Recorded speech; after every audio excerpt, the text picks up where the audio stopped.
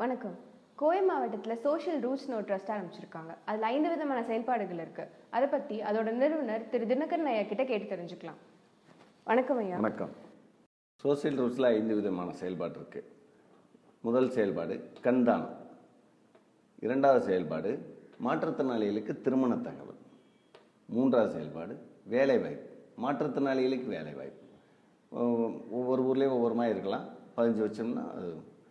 அப்புறம் நாலாவது உதவி பெறுதல். ஒரு மாற்றுத்திறனாளி ஆகட்டும், விளையாட்டுத்துறையில் இருக்கிற ஏழை மாணவனாக இருக்கட்டும், எல்லாரும் 15 வச்சுக்கலாம். அவங்களுக்கு வேணுங்கிற உதவிகள் கிடைக்கும் நேரடியாக. இதோடைய விளக்கங்கள்லாம் அடுத்த பேஜில் நீங்கள் பார்க்கலாம். அப்புறம் இன்னைக்கு நம்ம நாட்டில் இருக்கிற முக்கியமான பிரச்சனை விவசாயிகளுடைய தற்கொலையும் அவர்களுடைய துயரம் தான்.